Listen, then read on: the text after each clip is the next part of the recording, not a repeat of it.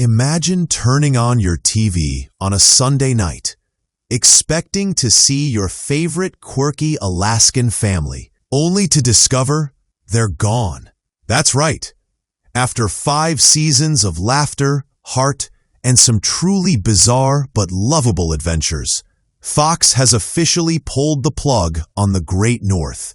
And for fans, this news feels like losing a friend you've spent years growing up with. The cancellation marks the end of a unique show that stood proudly alongside animation giants like The Simpsons, Family Guy, and, of course, Bob's Burgers. But unlike those decades-long staples, The Great North didn't get a forever home. It got just 5 seasons before fading into the Northern Lights. Fox quietly left it off their 2025-26 lineup earlier this year, and now the word is final. Fans had been holding their breath since May, hoping the silence was just a delay, but the announcement this past Friday confirmed what many feared. And the truth is, behind the humor and wacky characters, this cancellation says something bigger about the changing landscape of TV animation. Fox's official statement was bittersweet. Michael Thorne, president of Fox Television Network, praised the team, saying, "We're so grateful for everything Wendy, Lizzie, Lauren, and the amazing cast and crew put into The Great North. It's difficult to say goodbye, but we're thankful for the 5 hilarious seasons it brought to the iconic animation domination lineup." And that's really what The Great North was, a hidden gem in a powerhouse lineup. Each Sunday, nestled between mega hits, it carved out its own identity, with humor that was both absurd and tender. A reflection of family life that wasn't set in some big city, but in the wild, snowy backdrop of Alaska. Still, the news of cancellation hit like a punch to the gut. Fans flocked to social media, posting clips, art, and memories of their favorite moments. For many, it wasn't just a show. It was a comfort blanket, something that stood out from the usual animated noise. And yet, despite its loyal following, the series never quite reached the mainstream recognition of its cousins on Fox's lineup.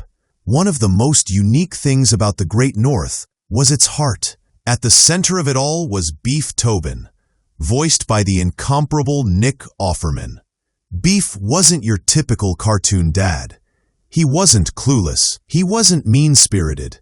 He was simply a single father doing his absolute best to hold his family together in a world that was often cold and unpredictable. His kids, Judy, Wolf, Ham, and Moon, weren't just comic relief.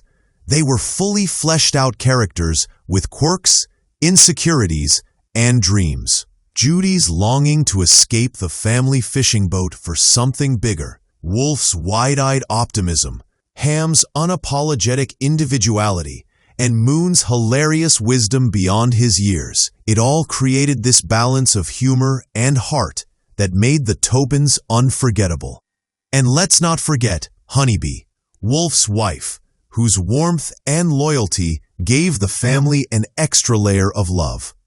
Each episode felt like a love letter to those messy, imperfect families who find ways to stick together no matter what. But The Great North didn't just rely on its characters to carry the story. It thrived on its setting. Alaska wasn't just a backdrop, it was a character in itself. The snowy landscapes, the rugged wilderness, the sense of isolation mixed with beauty, it gave the show a vibe that felt different from any other animated sitcom on television.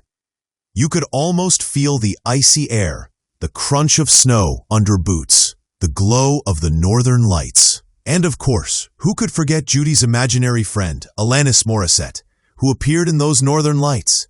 That quirky touch gave the show its surreal charm, adding a magical layer that fit perfectly with Judy's artistic spirit. The humor always felt fresh, but the emotional undertones were what really hit home. Whether it was dealing with loneliness, chasing dreams, or just trying to keep a family together in a challenging world. The Great North found ways to connect with people far beyond its animated borders. As fans, it's easy to look back at moments that made us laugh, but also those that made us stop and think. Remember the subtle ways the show explored relationships? Wolf and Honeybee showed us a goofy, heartfelt partnership that reminded viewers how love can thrive in the most unexpected corners of the world. Ham's journey, with his witty one-liners and his exploration of identity, gave many viewers a character they could see themselves in. And then there was Moon, the going-on 50 little brother who somehow seemed wiser than everyone else, often delivering the kind of one-liners that would stick in your head long after the credits rolled. Each of these characters contributed to a tapestry that felt authentic, despite being animated. They weren't just cartoons. They were reflections of our families, our struggles, and our small victories. That's why hearing the words "canceled" hit so hard. It wasn't just losing a TV show. It was losing a part of a family we had grown attached to. When Fox made the announcement, it wasn't exactly a surprise to some. After all, the Great North had been missing from the lineup, revealed back in May for the 2025-26 season. Still, the official words stung. Michael Thorne, the president of Fox Television Network, expressed gratitude to the creators and cast, acknowledging how tough it was to say goodbye. And while those are nice words, fans couldn't help but feel the weight of the loss.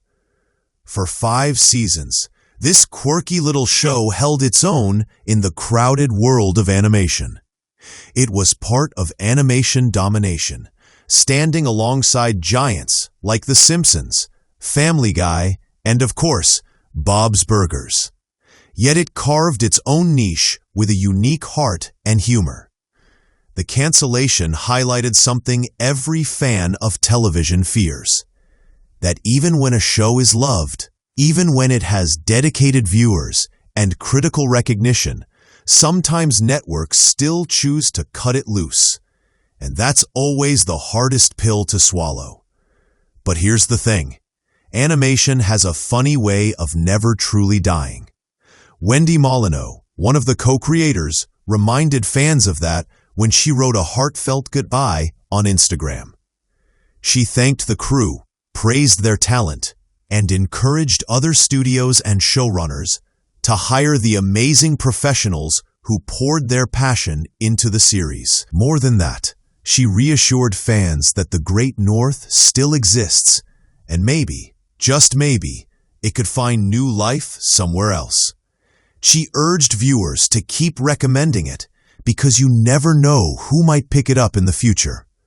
Streaming platforms have revived shows before. Why not this one? And as she so beautifully put it, animation never dies. That phrase resonated deeply, not only with the loyal fans, but with anyone who's ever fallen in love with a show that ended too soon.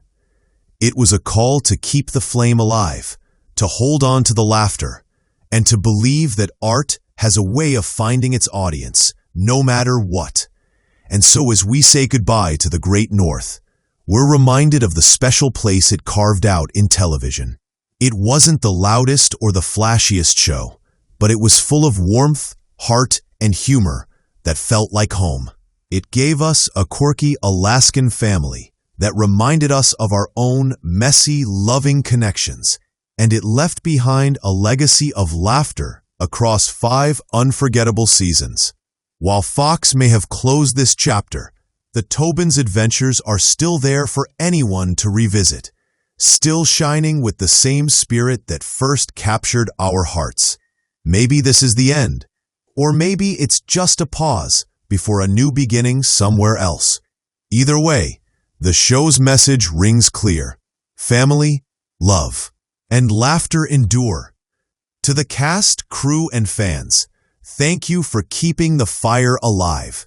And remember, as Judy and Beef Tobin might remind us, life is about holding on to each other, staring at nature's majesty, and always, always saying, hot dog.